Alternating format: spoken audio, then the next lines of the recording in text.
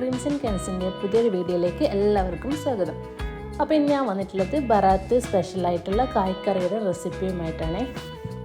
പിടിയിട്ടിട്ടുള്ള കായ്ക്കറിയാണ് ഞാൻ ഇന്ന് ഉണ്ടാക്കിയെടുക്കുന്നത്. അപ്പോൾ അതെങ്ങനെ ഉണ്ടാക്കുന്നത് നോക്കിയാലോ. അപ്പോൾ ആദ്യം തന്നെ ഒരു ബൗളിലേക്ക് 1 കപ്പ് അരിപ്പൊടി ചേർത്ത് കൊടുക്കുക. കൂടെ തന്നെ ഇതിനാവശ്യമായിട്ടുള്ള കുറച്ച് ഉപ്പും കൂടെ ചേർത്ത് കൊടുക്കുക. എന്നിട്ടിത് ഒന്ന് കുഴച്ചെടുക്കണം. സാധാ പച്ചവെള്ളത്തിലാണ് കുഴച്ചെടുക്കുന്നത്. അപ്പോൾ നമ്മൾ കയ്യിൽ ഉരുട്ടി കിട്ടാൻ പാകത്തിനുള്ള ആ ഒരു മാവ് ഉണ്ടാക്കിയെടുക്കണം. നിങ്ങൾ അരി വെച്ച് ചെയ്യുകയാണെങ്കിൽ പുഴുങ്ങലരി കുതിർത്തിട്ട് ഒരു 6 മണിക്കൂർ കുതിർത്തതിന് ശേഷം അത് അരച്ചിട്ട് അതിൽ പൊടി കൂട്ടിയിട്ട് ഇതേപോലെ ചെയ്തെടുക്കാം.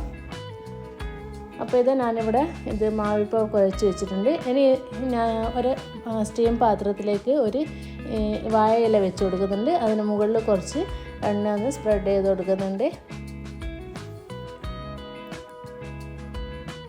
ഇനി നമ്മൾ കുഴച്ച് വെച്ചിട്ടുള്ള ആ ഒരു മാവിൽ നിന്ന് കുറച്ചെടുത്തിട്ട് ചെറുതായിട്ട് ഉരുട്ടിയെടുക്കണം. അപ്പോൾ ഉരുട്ടിയെടുക്കുന്ന സമയത്ത് കയ്യിൽ കുറച്ച് എണ്ണ തടവി കൊടുക്കുക, അല്ലെങ്കിൽ കയ്യിലിങ്ങനെ പറ്റിപ്പോവും. ഇതേപോലെ ചെറിയ ബോൾസുകളാക്കി എടുത്തിട്ട് ഇതേപോലെ തന്നെ ഉരുട്ടിയെടുക്കാം.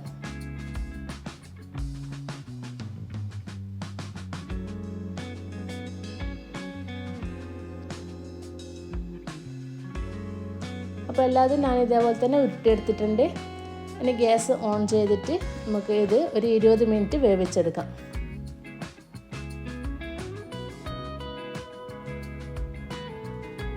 ഇപ്പോൾ ഏകദേശം 20 മിനിറ്റ് ആയിട്ടുണ്ട്. നമ്മൾ പിടിയൊക്കെ നന്നായിട്ട് വെന്ത് കിട്ടിയിട്ടുണ്ട്. ഇനി ഇതൊരു സൈഡിലോട്ടേക്ക് മാറ്റി വെക്കാം. ഇനി ഇതിലേക്ക് ആവശ്യമായിട്ട് ഞാനൊരു 1/4 കപ്പ് കടലപ്പരിപ്പാണ് എടുത്തിട്ടുള്ളത്. അത് സോക്ക് ചെയ്ത് എടുത്തിട്ടുള്ളതാണ്. ഇനി ഇത് നമുക്ക് വേവിച്ചെടുക്കണം. അപ്പോൾ അതിന് വേണ്ടിയിട്ട് ഒരു കുക്കറിലേക്ക് ഇത് ഇട്ട് കൊടുക്കുക. ഇനി ഈ കടലപ്പരിപ്പ് മുങ്ങിക്കിടക്കാൻ പാകത്തിൽ കുറച്ച് വെള്ളം കൂടി ഒഴിച്ച് കൊടുത്തിട്ട് ഒരു 2 വിസിൽ വരുന്നവരെ വേവിച്ചെടുക്കാം. കൂടുതലൊന്നും ആവേണ്ട ആവശ്യമില്ല, 2 വിസിൽ മാത്രമായി. അല്ലെങ്കിൽ കൂടുതലായി കഴിഞ്ഞാൽ നന്നായിട്ട് വെന്ത് പോകും. അപ്പോൾ നമുക്ക് ഇത് പായസത്തിലും കടിക്കാൻ പാകത്തിൽ മാത്രം വെന്താൽ മതി. ഇനി ഇതിലേക്ക് ഞാൻ ഒരു 2 നേന്ത്രപ്പഴം എടുത്തിട്ട് അത് ചെറുതായിട്ട് കട്ട് ചെയ്തെടുത്തിട്ടുണ്ട്. ഇതൊന്ന് നമുക്കൊന്ന് വഴറ്റിയെടുക്കാം. അതിന് വേണ്ടി ഞാനൊരു പാൻ അടുപ്പത്ത് വെച്ച് അതിലേക്ക് ഒരു 2 ടീസ്പൂൺ ഗീ ചേർത്ത് കൊടുത്തിട്ടുണ്ട്. ഗീ ഒന്ന് ചൂടായി വരുന്ന സമയത്ത് നമുക്ക് പഴം ഇതിലേക്ക് ഇട്ടിട്ടൊന്ന് വാട്ടിയെടുക്കാം.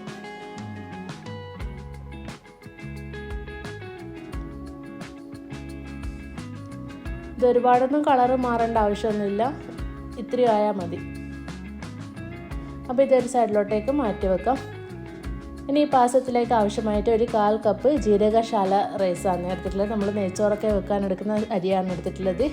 അത് നന്നായിട്ട് കഴുകിയിട്ട് മിക്സിയുടെ ജാറിലിട്ട് കൊടുക്കുക. കുറച്ച് വെള്ളവും കൂടെ ഒഴിച്ച് കൊടുത്തിട്ട് മിക്സിയുടെ ജാറിലിട്ടിട്ട് നന്നായിട്ടൊന്ന് അരച്ചെടുക്കാം. അപ്പോൾ ഇത് നമുക്കൊരു പാത്രത്തിലേക്ക് ഒഴിച്ച് കൊടുക്കാം. ആ ഒരു മിക്സിയുടെ ജാറിൽ കുറച്ച് വെള്ളം ഒഴിച്ച് കൊടുത്തിട്ട് ആ ഒരു ജാറ് കഴുകിയ വെള്ളവും കൂടെ അതിൽ ചേർത്ത് കൊടുക്കാം. ഇനി ഒരു പായസം തയ്യാറാക്കാനായിട്ട് ഞാനിപ്പോൾ ഇവിടെ 1.5 ലിറ്റർ തേങ്ങാപ്പാലാണ് എടുത്തിട്ടുള്ളത്. അത് ഈ അരിയിലോട്ടേക്ക് ഒഴിച്ചു കൊടുക്കുക. എന്നിട്ട് അരിയും തേങ്ങാപ്പാലും കൂടിയിട്ട് നന്നായിട്ടൊന്ന് മിക്സാക്കി എടുക്കാം.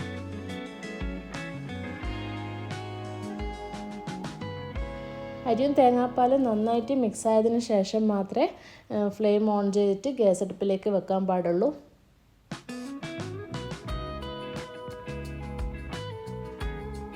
എന്നിട്ട് നന്നായിട്ടൊന്ന് ഇളകുക. കൈവെക്കാണ്ട് തന്നെ ഇളക്കണം, അല്ലെങ്കിൽ അരിയാന്ന് പെട്ടെന്ന് തന്നെ അടിക്ക് പിടിച്ച് പോവും. ഈ ഒരു ടൈമിൽ ഞാൻ 1 കപ്പ് പഞ്ചസാര ചേർത്ത് കൊടുത്തിട്ടുണ്ടായിരുന്നു. ആ ഒരു വീഡിയോ മിസ്സായി പോയതാണ്. അപ്പോൾ 1 കപ്പ് പഞ്ചസാരയാണ് ഞാനിപ്പോൾ ഇവിടെ ചേർത്ത് കൊടുത്തിട്ടുള്ളത്. നിങ്ങൾക്ക് മധുരം നോക്കിയിട്ട് കൂടുതൽ വേണമെങ്കിൽ ചേർത്ത് കൊടുക്കാം. അപ്പോൾ ഇത് നമ്മൾ അരിയും തേങ്ങാപ്പാലും ചെറുതായിട്ട് കുറുകി വന്നിട്ടുണ്ട്. ആ ഒരു സമയത്ത് നമ്മൾ വേവിച്ച് വെച്ചിട്ടുള്ള പിടിയില്ലേ ഇതിലേക്ക് ഇട്ട് കൊടുക്കാം. പിടി വേഗം തന്നെ ഇട്ട് കൊടുക്കണം, എന്നാലേ നമ്മൾ പഞ്ചസാരയൊക്കെ പിടിയിലേക്ക് പിടിച്ച് കിട്ടുള്ളൂ. അപ്പോൾ പിടി ചേർത്ത് കൊടുത്തതിന് ശേഷം കുറച്ചുകൂടെ തിക്കായിട്ട് വന്നിട്ടുണ്ട്.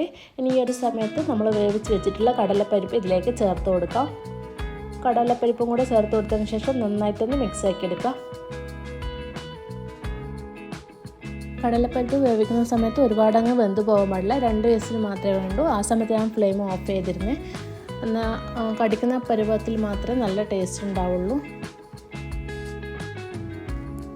അപ്പോൾ കടലപ്പരിപ്പും കൂടെ ചേർത്തതിന് ശേഷം കുറച്ചുകൂടെ തിക്കായി വന്നിട്ടുണ്ട്.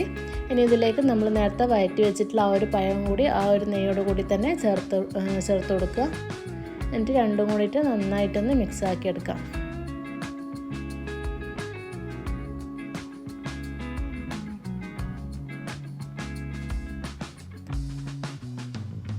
ഇനി കടലപ്പരിപ്പും പഴവും നന്നായിട്ട് മിക്സ് ആക്കിയതിന് ശേഷം നല്ലൊരു ഫ്ലേവറിന് വേണ്ടിയിട്ട് 1/2 ടീസ്പൂൺ ഏലക്കാപ്പൊടി കൂടെ ചേർത്ത് കൊടുക്കാം.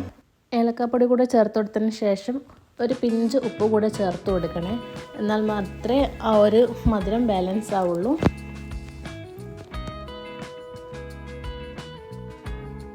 ഇനി കൂടുതലൊന്നും ഇങ്ങനെ ഫ്ലെയിമിലിട്ടിട്ട് വെക്കേണ്ട ആവശ്യമൊന്നുമില്ല.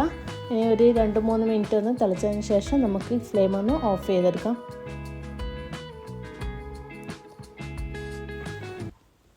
ഫ്ലെയിം ഓഫ് ചെയ്ത് ചൂടാറാൻ വെക്കുന്ന സമയത്ത് ഇത് കുറച്ചുകൂടെ തിക്കായിട്ട് വരും. അപ്പോൾ നിങ്ങൾക്ക് കൂടുതൽ തിക്നെസ് ആവശ്യമില്ലെങ്കിൽ കുറച്ച് തേങ്ങാപ്പാൽ ചേർത്തിട്ട് അല്ലെങ്കിൽ കുറച്ച് ചൂടുവെള്ളം ചേർത്തിട്ടോ ഇത് ലൂസാക്കി എടുക്കാം. അപ്പോൾ ഇത്രയേ ഉള്ളൂ, നമ്മുടെ ബറാത്ത് സ്പെഷ്യലായ കായ്ക്കറി ഇവിടെ റെഡി ആയിട്ടുണ്ട്. നല്ല ടേസ്റ്റാണ് ഇത് കഴിക്കാൻ വേണ്ടിയിട്ട്. അപ്പോൾ നിങ്ങളെല്ലാവരും ഇതൊന്ന് ഉണ്ടാക്കി നോക്കുക. ഇനി നല്ലൊരു വീഡിയോ ആയിട്ട് വീണ്ടും കാണുന്നവരെ എല്ലാവർക്കും താങ്ക് യു.